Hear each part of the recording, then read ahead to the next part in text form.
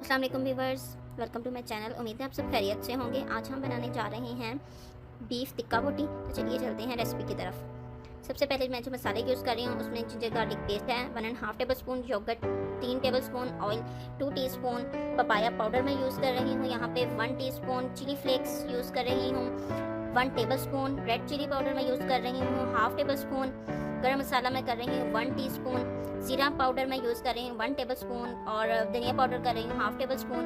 Salt अपने test के according ले, मैंने हाफ टेबल स्पून लिया है। मस्टर्ड पेस्ट लिया 1 table spoon, 1 pinch yellow food colour लिया है। यहाँ पर अब मैंने 1 kg बीफ लिया है जिसमें मैं सारे स्पाइसेस ऐड कर रही हूँ।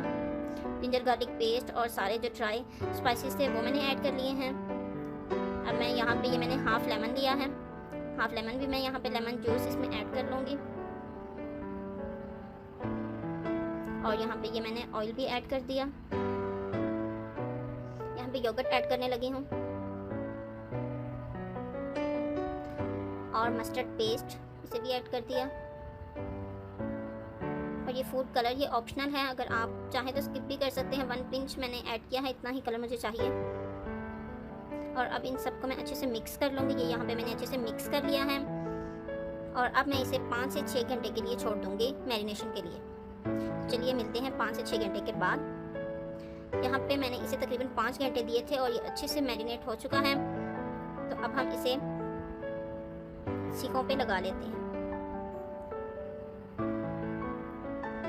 ये मैंने दरमियाने साइज़ की ही इसकी बोटी रखी थी, आप देख सकते हैं। ना ज़्यादा छोटी लेनी है क्योंकि वो बिल्कुल श्रिंक हो जाती है, तो बहुत छोटी हो जाती है। ना ज़्यादा बड़ी लेनी है और ये इस तरह से लगानी है कि नीचे लटके ना, अदरवाइज़ आपका जो बीफ है वो जल सकता है।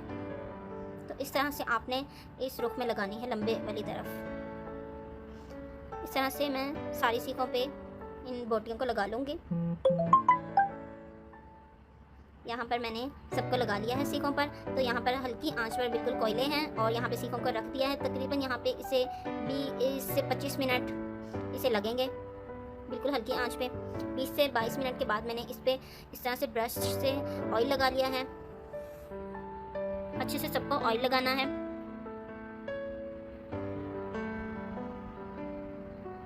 और इनकी साइड बीच में पलटते रहना है कि हर तरफ से ये अच्छे से कुक हो जाए। इनमें से काफ़ी सारे अच्छे से रेडी हो चुके हैं, लेकिन कुछ अभी थोड़ा सा फ़र्क है। उन्हें 3 से 4 मिनट में मज़ीद दूंगी और बाकियों को मैं डिश आउट कर लूँगी। ये देखें, जो अच्छे से कुक हो चुके हैं उन्हें मैंने उतार लिया था और बाकियों के 3 से 4 मिनट मज़ीद दूंगी। देखें ये अच्छे से टेंडर हो चुका है, कितना जूसी और कितना सॉफ्ट है, आप देख सकते हैं।